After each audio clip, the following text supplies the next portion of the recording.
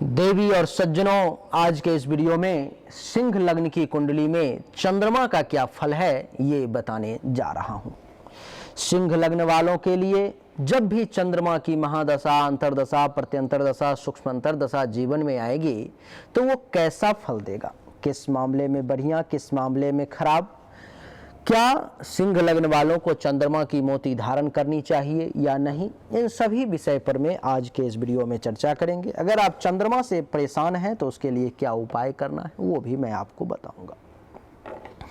देवी और सज्जनों, चंद्रमा सिंह लग्न के कुंडली में 12वें भाव का मालिक है, जिसके कारण से ये एक मारक ग्रह की श्रेणी सिंह लग्न के कुंडली में चंद्रमा को मिला है। चंद्रमा अगर कुंडली के प्रथम भाव में लग्न में ही विराजमान है तो ये क्या करेगा, चेहरा को बहुत सुंदर बना देगा, लेकिन अपने समय में शारीरिक तौर पर में परेशान करेगा, मेंटली तौर पर में डिस्टर्ब करने का प्रयास करेगा, ज्ञान में कमी महसूस होगी चंद्रमा के समय में, मानसिक अशांति, मानसिक तौर पर में परेशानी, दिमाग से संबंधित परेशानी, मस्तक में दर्द का योग बनाएगा, विवेकशील स्वभाव, इन सब में भी कमी का अनुभव होगा, ये सब भी थोड़ा सा कमजोर पड़ जाएगा, विनम्रता में भी कुछ कमी होगी। चंद्रमा की सप्तम दृष्टि एकादश भाव पे जीवन साथी के साथ टेंशन तनाव का भी योग बना देगा, काम वासना की अधिकता रहेगी, दैनिक रोजगार व्यवसाय भी अच्छा नहीं चलेगा, पद प्रतिष्ठा मान सम्मान में भी कमी का अनुभव होगा। सप्तम भाव पे दृष्टि पड़ने के कारण प्राइवेट पार्ट से संबंधित, पेशाब के रास्ते, किडनी से संबंधित भी कुछ परेशानी का सामना करना पड़ सकता है, दुश्मन कुछ परेशान करने का प्रयास कर सकता है और पार्टनरशिप में भी परेशानी आपको आ सकती है। चंद्रमा अगर आपके कुंडली के द्वितीय भाव में बैठा हुआ है तो ये क्या करेगा, दूसरे भाव में बैठा हुआ चंद्रमा आपके धन धान्य संपत्ति को नष्ट करने का प्रयास करेगा, जमा पूंजी को किस प्रकार से खत्म कर दिया जाए ये चंद्रमा का प्रयास रहेगा, परिवार के लोगों के साथ टेंशन तनाव की स्थिति को उत्पन्न करेगा, आपके बोली वचन वाणी के कारण आपको परेशानी में डालेगा, झूठ बोलने पे विवश करेगा, यहाँ तक कि किसी की मृत्यु भी अपने रिश्तेदार, परिवार, कुटुंब में हो सकती है।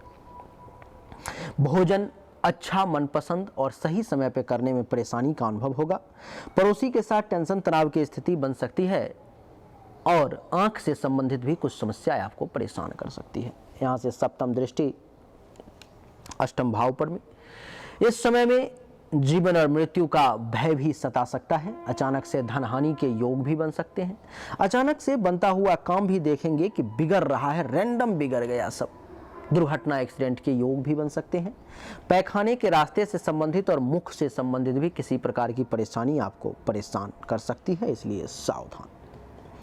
चंद्रमा अगर आपके कुंडली के तीसरे भाव में बैठा हुआ है तुला राशि में तो ये क्या करेगा कि छोटे भाई बहन, जूनियर्स अथवा उनके समान व्यक्ति से भी टेंशन तनाव की स्थिति को उत्पन्न करेगा, खुद के पराक्रम में कमी महसूस होगी, धैर्य कमजोर होगा, माता के लिए भी विपरीत समय साबित होगा, गुप्त शत्रु के द्वारा परेशानी होगी, गले, नाक, कान, श्वसन अंग से संबंधित भी कुछ परेशानी का सामना करना पड़ सकता है और इसकी सप्तम दृष्टि नवम भाव पर में भाग्य का सपोर्ट कम मिलेगा, धर्म, कर्म, तीर्थ यात्रा में भी कुछ परेशानी का सामना करना पड़ेगा, यश में भी कुछ कमी होगी, ससुराल से भी टेंशन तनाव का योग बनेगा, संत महात्मा, ऋषि, मुनि, ब्राह्मण, आचार्य का आशीर्वाद भी कम प्राप्त होगा, सपनों में भी परेशानी का सामना करना पड़ेगा और इस समय में शिक्षा का भी सही इस्तेमाल करके उचित लाभ लेना मुश्किल हो जाएगा।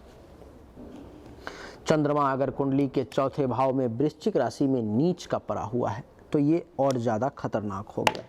यहाँ पे बैठा हुआ चंद्रमा नीच का आपके अपने समय में आपके सुख में कमी लाएगा, माता को हेल्थ वाइज इशू, माता के लिए खतरा, माता से आपको भी अनबन बनाने का प्रयास करेगा, जमीन, मकान, गाड़ी, अचल संपत्ति, इन सब के रिगार्डिंग भी टेंशन तनाव देने का प्रयास करेगा, छाती, हृदय, फेफड़े से संबंधित भी कुछ परेशानी आ सकती है और इसकी सप्तम दृष्टि दसम भाव पर में, जिसके कारण से पिता के साथ भी अनबन की स्थिति, पिता को भी परेशानी,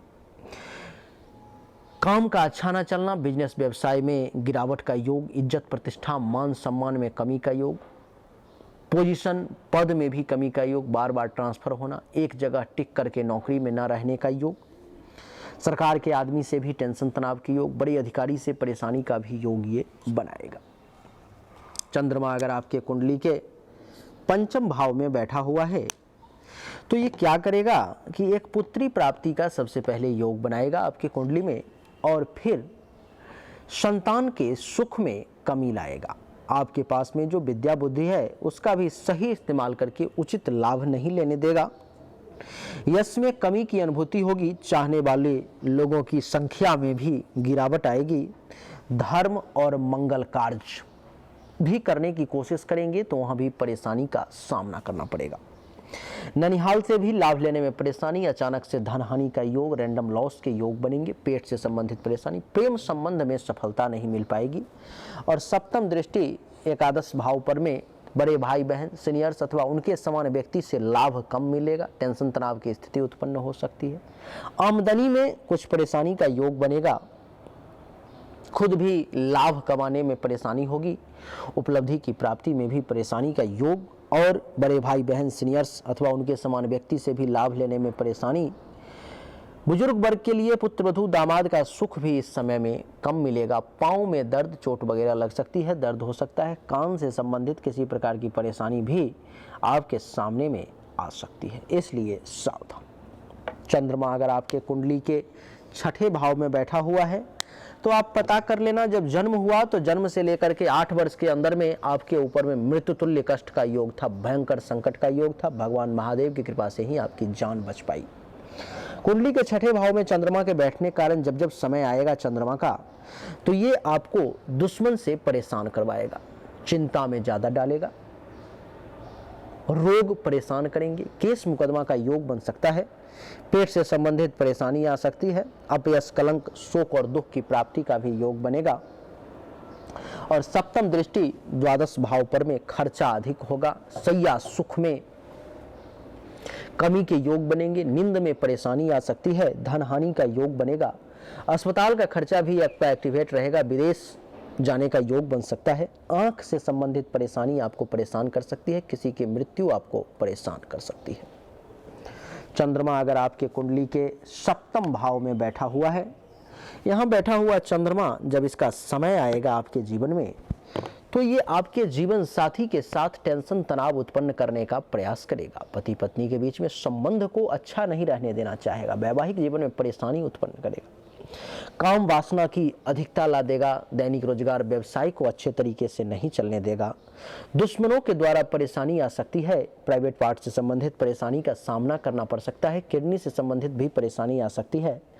पेशाब के रास्ते से संबंधित किसी प्रकार की परेशानी आपको परेशान कर सकती है। पार्टनरशिप में भी काम धंधा अच्छा नहीं चलेगा। चंद्रमा की सप्तम दृष्टि प्रथम भाव पर में शारीरिक तौर पर में परेशान करने का प्रयास करेगा, बीमार करने की कोशिश करेगा।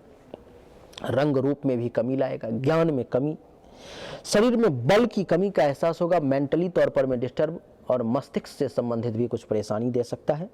विवेक का सहारा कम मिलेगा। शील स्वभाव में भी परिवर्तन आ सकता है। गौरव करने लायक काम करने की कोशिश तो करेंगे लेकिन कर नहीं पाएंगे।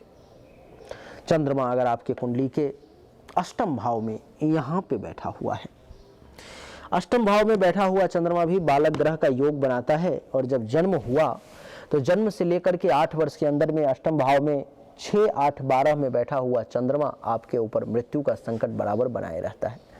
जन्म से लेकर के 8 वर्ष के अंदर में आपको भी अष्टम भाव वाले मृत्यु का सामना करना पड़ा होगा। भगवान महादेव की कृपा से ही आपकी जान बच पाई होगी। कुंडली के अष्टम भाव में चंद्रमा के बैठने के कारण जीवन पर संकट अभी भी आ सकता है। आपको मृत्यु तुल्य कष्ट का सामना करना पड़ सकता है। अचानक से धन हानि के योग, अचानक से बनता हुआ काम बिगड़ जाना, रैंडम लॉस के योग, अचानक से दुर्घटना का भी योग बन सकता है। और तहखाने के रास्ते से संबंधित भी कुछ परेशानी आ सकती है। इसकी सप्तम दृष्टि दूसरे भाव पर में धन धान्य संपत्ति पैसा जमा पूंजी को ये खत्म करने का प्रयास करेगा। परिवार के लोगों के साथ किस प्रकार से टेंशन तनाव उत्पन्न हो, ये चंद्रमा की कोशिश रहेगी। आपके वाणी के कारण, बोलने के कारण परेशानी में आप पड़ेंगे। झूठ भी बोलना पड़ सकता है। भोजन सही तरीके से सही समय पे मिलने में परेशानी। पड़ोसी के साथ भी टेंशन तनाव का योग, आंख से संबंधित भी परेशानी का योग बन सकता है। चंद्रमा अगर आपके कुंडली के नवम भाव में बैठे हुए हैं, तो आप ये मान करके चलें कि यहाँ बैठा हुआ चंद्रमा आपको भाग्य का साथ नहीं लेने देगा। अपने समय में भाग्य का सपोर्ट आपको बहुत कम मिलेगा। ससुराल से भी टेंशन तनाव का योग बना देगा। संत महात्मा ऋषि मुनि ब्राह्मण आचार्य इन सब से भी आपको लाभ नहीं मिल पाएगा, आशीर्वाद नहीं मिल पाएगा अथवा बहुत कम मिलेगा। सपनों को पूरा करने के लिए तो निकलेंगे, लेकिन चंद्रमा उसको पूरा नहीं होने देगा। आपके शिक्षा के क्षेत्र में भी रुकावट उत्पन्न करेगा। यहाँ से सप्तम दृष्टि पड़ेगी तीसरे भाव पर में। छोटे भाई बहन जूनियर्स अथवा उनके समान व्यक्ति से भी टेंशन तनाव का योग बना सकता है। खुद के पराक्रम में भी कमी का अनुभव करेंगे। धैर्य कमजोर कर देगा। माता के लिए मृत्यु अथवा मृत्युतुल्य कष्ट का समय भी साबित हो सकता है। गुप्त शत्रु के द्वारा परेशानी, गले नाक कान श्वसन अंग से संबंधित भी परेशानी का योग बना सकता है। आपके भुजा में बल की कमी का एहसास हो सकता है आपको। चंद्रमा अगर आपके कुंडली के दसम भाव में उच्च का बैठा हुआ है तो फिर ये बढ़िया फल देगा। यहाँ बैठा हुआ चंद्रमा आपको पिता अथवा पिता तुल्य लोगों से लाभ का योग बनाता है। आपके लिए काम धंधा बढ़िया चलेगा। चंद्रमा के समय में पद प्रतिष्ठा मान सम्मान में वृद्धि होगी, अधिकार की प्राप्ति होगी, गवर्नमेंट से लाभ मिलेगा। सप्तम दृष्टि चौथे भाव पर में सुख में वृद्धि होगी, माता से लाभ मिलेगा। जमीन मकान गाड़ी घोड़ा बंगला अचल संपत्ति के प्राप्ति का भी आपको सुख मिलेगा। छाती हृदय फेफड़े से संबंधित अगर किसी प्रकार की परेशानी होगी तो उसमें भी आपको राहत देखने को मिलेगी। चंद्रमा अगर आपके कुंडली के एकादश भाव में बैठा हुआ है, कहते हैं कि एकादश भाव में बैठा हुआ कोई भी ग्रह अच्छा फल देता है, लेकिन चंद्रमा नहीं देगा। चंद्रमा यहाँ बैठा हुआ आपको आय में कमी लाएगा। आपको लगेगा कि मेरी आमदनी हो रही है, लेकिन वो कम हो रही है। लाभ कम होगा। उपलब्धि की प्राप्ति में परेशानी का सामना करना पड़ेगा। इच्छा पूर्ति भी इतनी आसानी से नहीं हो पाएगी। बड़े भाई बहन सीनियर्स अथवा उनके समान व्यक्ति से भी टेंशन तनाव की स्थिति, लाभ का कम मिलना, बुजुर्ग को पुत्र वधू दामाद के सुख में परेशानी, कान और पैर से संबंधित परेशानी का योग आ सकता है। सप्तम दृष्टि पंचम भाव पर में, जिसके कारण से संतान के सुख में कमी, विद्या और बुद्धि के इस्तेमाल करके उचित लाभ लेने में भी कमी का योग, यश में कमी, चाहने वालों की संख्या में कमी, धर्म कर्म मंगल कार्य के क्षेत्र में भी करने की कोशिश करोगे लेकिन परेशानी आ जाएगी। पेट से संबंधित परेशानी, प्रेम संबंध में परेशानी का योग, अचानक से धनहानि का योग भी बना देगा। चंद्रमा अगर आपके कुंडली के द्वादश भाव में यहाँ पे बैठा हुआ है अपने ही घर में, तो ये विदेश से लाभ का जरूर योग बनाएगा, विदेश यात्रा का जरूर योग बनाएगा, लेकिन प्रयास आपको खुद करना पड़ेगा। बाकी अपने देश में ये खर्चा ज़्यादा करवाएगा, नींद में परेशानी देगा, धन हानि के योग बनाएगा, अस्पताल का खर्चा एक्टिवेट करेगा, आंख से संबंधित परेशानी दे सकता है। और सप्तम दृष्टि छठे भाव पर में दुश्मन इस समय में ज़्यादा परेशान करेंगे। चिंता में आपका वक्त ज़्यादा बीत सकता है। हेल्थ वाइज इशू, रोग आपको ज़्यादा परेशान कर सकते हैं। कर्ज में भी खींचने का प्रयास कर सकता है। केस मुकदमा के योग बन सकते हैं। पेट से संबंधित परेशानी आ सकती है। अपयश, कलंक, शोक और दुख की प्राप्ति का भी योग आपके लिए बन रहा है। इसलिए बिल्कुल सावधानी से चलें, नहीं तो चंद्रमा आपको तबाह कर देगा।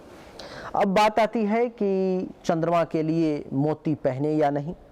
अगर चंद्रमा आपके 1 से लेकर के यानी कि 5 से लेकर के 4 तक, यहाँ तक 1 से लेकर के 12 भाव में कहीं पर भी चंद्रमा अगर बैठा हुआ है, अगर वो अस्त अवस्था में है, अस्त का साइन आपको बता दूं कि ऐसे होगा चंद्र और ऐसा साइन होगा। अगर चंद्रमा अस्त अवस्था में है 12 के 12 किसी भी भाव में, तो आप निसंकोच मोती धारण कर सकते हैं।